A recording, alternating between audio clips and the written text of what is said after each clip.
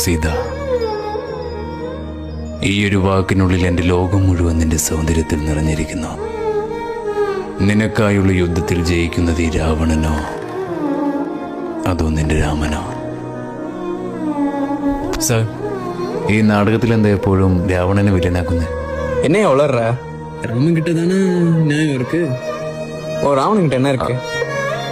രാവണന്റെ കയ്യിൽ അവന്റെ പ്രണയമുണ്ട് സാർ. என்ன அடுத்தவனோட மனைவி மேலையா? சரி, ஓகே. ராவணனை நல்லவனா காட்ட பார்ப்போம். ஆக்ஷன்.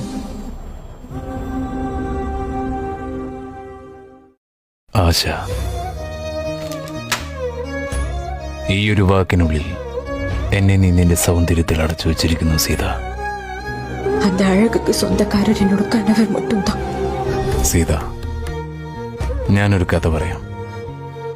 തൻ്റെ ജീവിതത്തിൽ പേര്, പ്രശസ്തി, പദവി, രാജ്യം ഇതെല്ലാം സ്വന്തമാക്കിയ ഒരാളുണ്ടായിരുന്നു.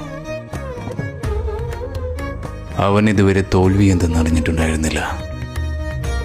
തന്നെ കൊല്ലാൻ ആഗ്രഹിക്കുന്ന ആരെയും അവൻ ജീവിച്ചിരിക്കാൻ അനുവദിച്ചിട്ടുമില്ല.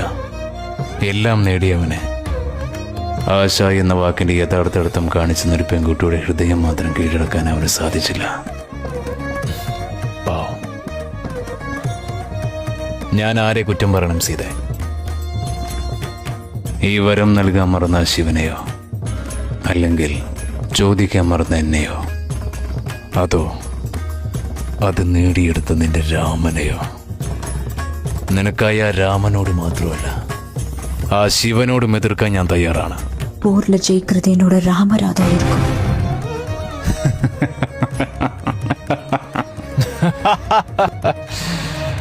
അത് നമുക്ക് കാണാം. പക്ഷെ അതുവരെ എൻ്റെ ഒരു ചെറുവിരൽ പോലും നിന്നെ സ്പർശിക്കില്ല. കാരണം നിറം കണ്ട് പ്രണയിക്കാൻ ഞാൻ രാമനല്ല, നിന്റെ മാനത്തെ കാത്തു സൂക്ഷിക്കുന്ന രാവണനാണ് ഞാൻ. கட். நல்லா இருக்கு. ஆனா நீ வில்லனாவே பண்ணு, அது ஆடியன்ஸுக்கு பிடிக்கும். Okay sir.